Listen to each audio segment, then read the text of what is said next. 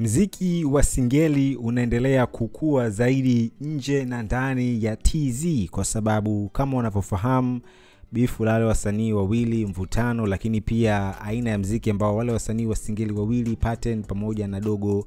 Sajeti umewavutia sana watu wengi na wameanza kuupa sikio la ziada mziki huo. Kama unavyofahamu baada ya nyimbo ile kutoka, wasanii wengi sana walikuwa wanafanya remix lakini pia challenge ya nyimbo ile ya singeli. As a matter of fact, singeli umekuwa ni mziki mkubwa sana TZ sasa hivi kwa sababu kama unavyofahamu ni mziki ambao umeshawahi kushika hata namba 1 kwenye mtandao wa YouTube, sehemu ambayo wasanii wengi wanatamba ngoma zao zikiwa ni namba 1. Umeona bwana, usisahau ngoma kama vile ya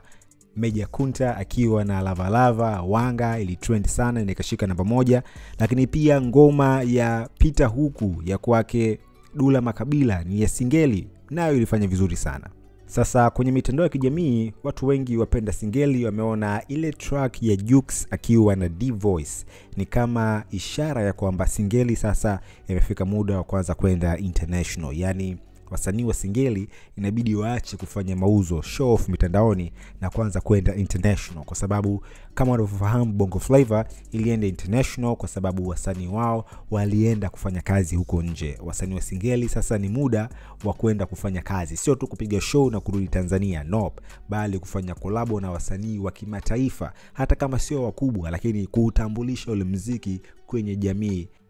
ya msanii ambaye utakuwa unafanya naye collab. Collab ni moja kati ya njia ya kupeleka muziki wako kimataifa, lakini pia promotion ya singeli inabidi ianze kwenye nchi zingine mtandaoni.